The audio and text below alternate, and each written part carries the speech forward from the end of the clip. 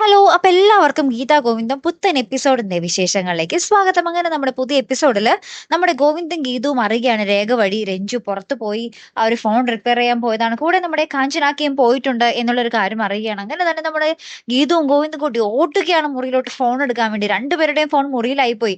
എന്നിട്ട് നമ്മുടെ രഞ്ജുവിനെ വിളിക്കുമ്പോൾ രഞ്ജുവിന്റെ ഫോൺ ശരിയാക്കാൻ കൊടുത്തിരിക്കുകയാണല്ലോ. അപ്പൊ സ്വിച്ച് ഓഫ് ആണ്. നമുക്കറിയാം സ്വാഭാവികമായിട്ടും സ്വിച്ച് ഓഫ് ആയിരിക്കും.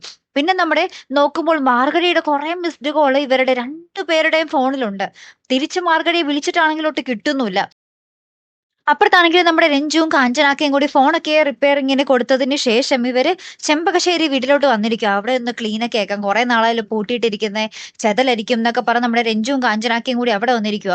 അപ്പൊ നമ്മുടെ രഞ്ജു ഇങ്ങനെ കാഞ്ചനാക്കയ്ക്ക് കുറച്ച് പൈസ കൊടുത്തിട്ട് അടുത്ത ജംഗ്ഷനിൽ നിന്ന് ചൂലും തുടയ്ക്കാനുള്ള സംഭവങ്ങളൊക്കെ മേടിച്ചിട്ട് വാ എന്നും പറഞ്ഞിട്ട് വിടുന്നുണ്ട്. അപ്പൊ തന്നെ കാഞ്ചനാക്ക പൈസയും കൊണ്ട് മുങ്ങുന്നുണ്ട് കേട്ടോ. കാഞ്ചനാക്ക പുറത്തു പോയിട്ട് പറയുന്നുണ്ട്, ആ പിന്നെ എന്നെ ഇപ്പൊ കിട്ടും പണിയെടുക്കാൻ, ഞാൻ വീട്ടിലേക്ക് പോവുക, കുറച്ചു നേരം കഴിഞ്ഞ് എന്നെ കാണാതെ രഞ്ജു തനിയെ അറക്കലോട്ട് വന്നോളും എന്നും പറഞ്ഞ് നമ്മുടെ കാഞ്ചന അവിടെ നിന്നും തടി തപ്പുവാട്ടോ. അപ്പൊ നമ്മുടെ അനാർക്കലിയും കൂട്ടരാണെങ്കിൽ അവിടെ വെയിറ്റ് ചെയ്ത് നിൽക്കുമായിരിക്കും കാറില്. അപ്പൊ അനാർക്കലിയുടെ കാറിന്റെ ബാക്കിൽ ഡിക്കിയിൽ നമ്മുടെ മാർഗഴി ഇരിപ്പുണ്ടാവും കേട്ടോ. അപ്പൊ നമ്മുടെ അനാർക്കലി കാഞ്ചനാക്ക് പോയതിന് തൊട്ട് പിന്നാലെ തന്നെ നമ്മുടെ അനാർക്കലി ഒരു കയറൊക്കെ പിരിച്ച് പിരിച്ച് അങ്ങോട്ടേക്ക് പോകുന്നുണ്ട്. തൊട്ട് പിന്നാലെ നമ്മുടെ മാർഗഴിയും ഇറങ്ങുന്നുണ്ട്. അപ്പൊ നമ്മുടെ രഞ്ജുവിനെ ഇങ്ങനെ കൊന്നില്ല എന്നുള്ള നിമിഷം ഇങ്ങനെ അടുക്കപ്പടിക്ക് എത്തുമ്പോൾ അവിടെ മാർഗഴി വന്ന് ഇടപെട്ട് നമ്മുടെ അനാർക്കലി അവിടെ നിന്ന് ഓടിക്കുന്നുണ്ട്. ആ ഒരു സമയത്ത് കൃത്യമായിട്ട് നമ്മുടെ ഗീതവും ഗോവിന്ദും അവിടെ എത്തുന്നുണ്ട്. അപ്പൊ ഗോവിന്ദ് ആകപ്പാടെ പരിഭ്രമിച്ച് നിൽക്കുക.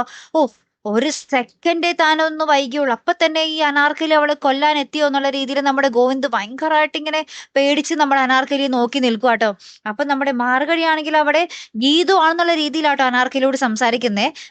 എന്റെ കുടുംബശത്രു എന്റെ വീട്ടിൽ എന്റെ ഭർത്താവിന്റെ വീട്ടിൽ വന്നിരിക്കുന്നു എന്നൊക്കെ പറഞ്ഞാൽ നമ്മുടെ ഗീതു മാർഗഴി സംസാരിക്കുന്നുണ്ട്. ഗീതു ആണെന്നുള്ള രീതിയിലാണ് നമ്മുടെ മാർഗഴി ഫുൾ അവിടെ എന്താ പറയാ സംസാരിക്കുന്നത് മൊത്തം. അല്ലെങ്കിൽ മാർഗഴി അവരുടെ സൈഡാണെന്ന് അറിഞ്ഞാൽ പിന്നെ തീർന്നല്ലോ അല്ലെ. അപ്പൊ അങ്ങനെ കുറെ രീതികൾ. അപ്പൊ ഇനി എന്തായിരിക്കും സംഭവിക്കാൻ പോകും? നമ്മുടെ ഗോവിന്ദിന്റെ നേർക്ക് നേർ കിട്ടിക്കഴിഞ്ഞു നമ്മുടെ അനാർക്കലി. അപ്പൊ ഇനി എന്തൊക്കെയായിരിക്കും നമ്മുടെ ഗോവിന്ദിന്റെ ഉദ്ദേശം അല്ലെ? കാത്തിരുന്ന് തന്നെ കാണട്ടെ. അടുത്തൊരു വീഡിയോയുമായി വരുന്നത് വരയ്ക്കും ഗുഡ് ബൈ.